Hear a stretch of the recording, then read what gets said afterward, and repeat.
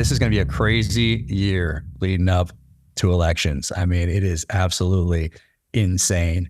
What do you talk about most when people ask you about what your thoughts are on the state of the country and the lead up to November, recommendations that you have for people? It seems like it's an interesting time in American history.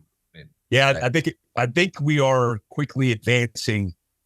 You know, it's like in the intelligence world, you know, we get fidelity, and you know that we're taking snippets of information and correlating it to get more fidelity, to get confidence that the decisions we're making are good decisions based on the information. When I look at all of the things happening and then dig down the rabbit hole on specifics of that information, it paints more fidelity that we are potentially being set up to a potential black swan event. I mean, I just did a video released on Mike Glover Actual on my YouTube on black swan preparation. Now, the difficult dilemma here as a preparedness guy who doesn't want to be seen as fear-mongering but telling truths. You know, on November of 2019, when I was talking about pandemics, because I was paying attention to data and information, and watched Bill Gates come out and say at the last WHO meeting, the World Health Organization meeting, that we have to pay attention to pandemics in a response. I said, based on the information that I'm consolidating, we should be prepared to wrap our head around what a pandemic is. And I've got attacks on social for fear-mongering. 3 months later, it lands likely in SHOT Show, and then the whole world has changed because the pandemic is affecting Western civilization. You think of SHOT Show, really? It was like ground zero here? I remember going to SHOT Show, and you know this because you've been there. The Chinese influence there is massive. And during this time period, before they started locking things down, their main role was to go there to literally infiltrate, to take pictures, model, and black market. They don't even need to hide it. They don't even hide it. They don't even hide it. I mean, you literally would have a Chinese national taking a picture of a product, with all the angles. All the angles, yep. All the angles. Yep. And so we know that's taking place. A congressional hearing just took place a couple of days ago with more of that information, including Chinese hacking efforts into civilian infrastructure, which is another sidebar. But I thought when that happened, I personally got sick. I contracted what the hospital thought was H1N1 3 days after my birthday, where for the first time in my life, I went to the ER because I couldn't breathe. Looking back, it was COVID. And when I went to the hospital in Prescott, Arizona, one nurse was like, he's got likely this new thing, potentially. Have you ever been around Chinese nationals? I said, yes. I just came from SHOT Show, where everybody's sick. Everybody that I know is sick. And there were Chinese nationals that were there. And then the other guy was not taking it serious. He's like, oh, it's probably just H1N1. They did all the tests and they couldn't identify what it was. They put me on oxygen and they told me to go home. And I was sick for a week, sicker than I've ever been in my life. And so, you know, backtracking into that, I was positioned as a fearmonger because of the way I was taking information, consolidating it, and then my recommendations. Same thing with a black swan event.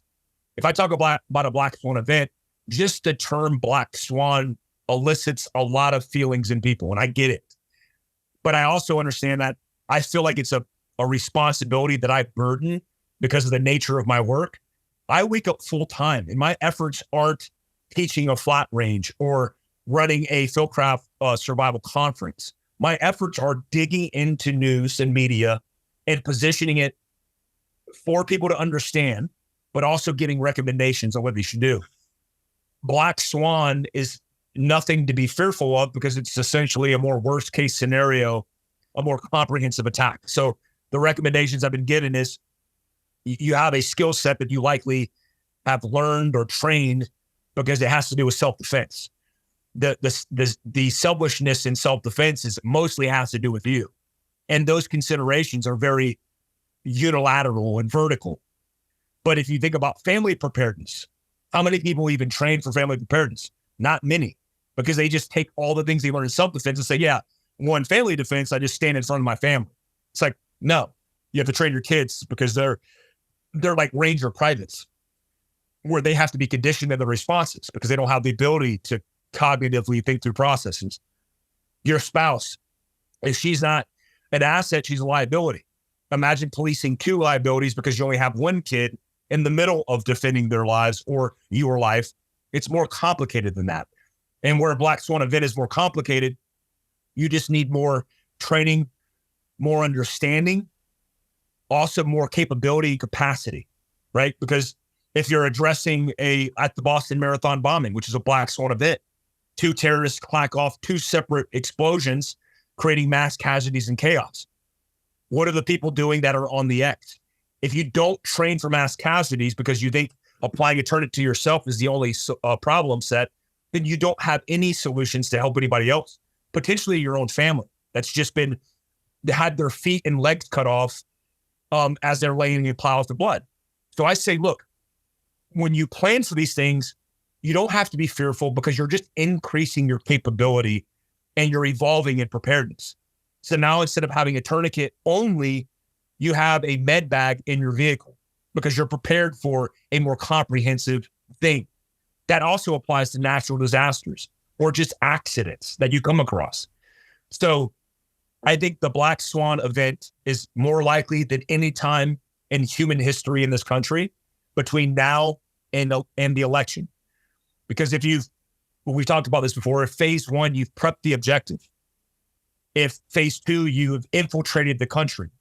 Then phase three, you would decentralize, conduct attacks all over the country at a time of their choosing. And you don't even have to create mass casualties because the chaos and synergistic operations is enough for people to completely overreact in institutions, lock everything down and create fear and instill chaos in the American society, just like the pandemic did with decentralized control and reactions.